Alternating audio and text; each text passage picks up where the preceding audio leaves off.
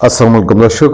ওসমান হাদি এই সময়ে রাজনীতির তার মাত্রা, রাজনৈতিক ব্যক্তিত্ব হিসেবে দেশে উচ্চতর জায়গায়, একদম সর্বোচ্চতর জায়গায় যাই হোক না হোক, বা তার রাজনৈতিক দর্শন যাই থাকুক না থাকুক, যেই অন্যায় অবিচার ভয়ঙ্কর ঘটনাটি ঘটেছে, সেই ঘটনার প্রেক্ষিতে প্রতিটা মানুষ সবসময় চাচ্ছে এরকম তরতাজা একটা যুবক, এবং মানুষ হিসাবে মানুষের মানবিকতা, মনুষ্যত্ব, ধর্ম, সমাজ সব দিক থেকে তার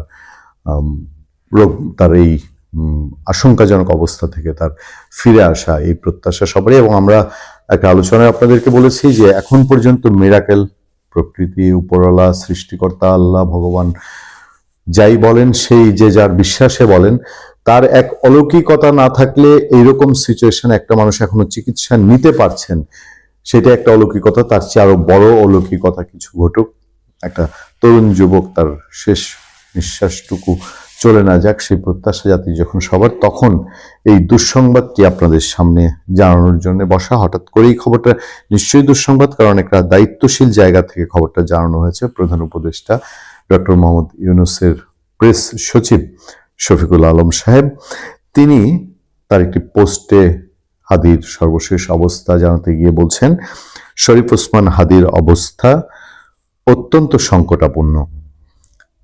তিনি 17 ডিসেম্বর 2025 লিখছেন তার ফেসবুকে, ভেরিফাইড ফেসবুক পোস্টে তিনি বলছেন, সিঙ্গাপুরের পররাষ্ট্রমন্ত্রী ডক্টর ভিভিয়ান বালাকৃষ্ণান আজ দেশটিতে চিকিৎসাধীন জুলাই গণ অভ্যুত্থানের সম্মুখভাগের অকুতোভয় যোদ্ধা ও ইনকিলাব মঞ্চের মুখপাত্র শরীফ ওসমান হাদিকে দেখতে গিয়েছিলেন। রাত 9:40 ডক্টর ভিভিয়ান বালাকৃষ্ণান প্রধান উপদেষ্টা প্রফেসর মোহাম্মদ ইউনূসকে ফোন করেন এবং হাদির চিকিৎসা কার্যক্রম সম্পর্কে তাকে অবহিত করেন। তিনি জানান, হাদির অবস্থা অত্যন্ত সংকটাপন্ন। প্রধান উপদেষ্টা দেশবাসীকে শান্ত থাকার আহ্বান জানিয়ে হাদির জন্য দোয়া ও প্রার্থনা করার অনুরোধ করেছেন।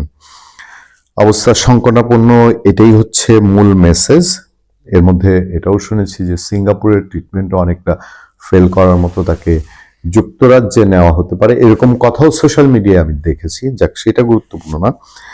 শফিকুল আলম সাহেবের ফেসবুক পোস্টের একটু ক্যারেক্টার আছে, সেই ক্যারেক্টারে ম্যাক্সিমাম পোস্টেই দেখা যায় যে হা হা হি হি রিয়েক্টটা বেশি থাকে, কটাক্ষ করা কমেন্ট থাকে, এবং কমেন্টের বেশিরভাগই তার পোস্টের বক্তব্যের সঙ্গে মিলে নাই এই জাতীয়। কিন্তু এখনো আমার সামনে যে 5-7টা পোস্ট আছে, সেই পোস্টে প্রত্যেকটাতে মানুষের ফরিয়াদ, দোয়া এবং আকুতি যে এই শরীফুল ইসলাম হাদির ওসমান হাদির, তার একজন লিখছেন যে, হে পরওয়ারদিগার, তোমার কাছে করজোর মিনতি করি, ওসমান হাদিকে তোমার খাস রহমত দিয়ে আচ্ছাদিত করো, তাকে আবার সুস্থ অবস্থায় আমাদের লক্ষ কোটি জনতার ময়দানে তাকে ফিরিয়ে দাও। মহান আল্লাহর কাছে এটুকুই চাওয়া, হাদি ভাই ফিরে আসুক।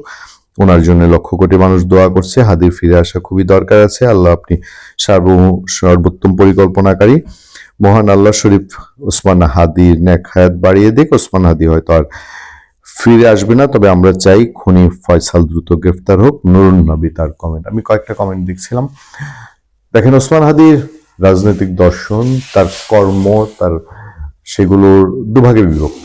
একটা অংশ খুবই তার এই কর্মের প্রতি অনুগত, আরেকটা অংশ খুবই সমালোচনা মুখর। সেটা যাই হোক, একজন মানুষের এই সময়টায়, জীবন মৃত্যুর সন্ধিক্ষণে, মানুষ হিসাবে তার সুস্থতা জানা, এবং এই ঘটনাটির প্রেক্ষিতে ওসমান হাদির পরিণতি কি হয়, সেটার সাথে বাংলাদেশের রাজনীতি এখনো ওতপ্রোতভাবে জড়িত হয়েছে। শুধু বাংলাদেশের রাজনীতি না, এটার সাথে যে কোনোভাবে হোক পার্শ্ববর্তী দেশ ইন্ডিয়া, এবং এই ঘটনার প্রেক্ষিতে ইন্ডিয়ার উপর একটা এফেক্ট পড়া শুরু হয়েছে বাংলাদেশের ভেতরে, এবং বাংলাদেশের সেই ভারত বিরোধিতা অন্য একটা মাত্রা যোগ করার চেষ্টা করা হচ্ছে। ফলে এই ঘটনাটি আমরা চাই যে, যেটা চিন্তা করি, হয়তো প্রধান উপদেষ্টাও বলছেন যে সবাইকে ধৈর্য ধরার বা সংযত হওয়ার, তার যে বক্তব্যটি তিনি বলেছেন যে প্রধান উপদেষ্টা সবাইকে শান্ত থাকার আহ্বান জানিয়েছেন, নিশ্চয়ই সেই চিন্তা থেকে।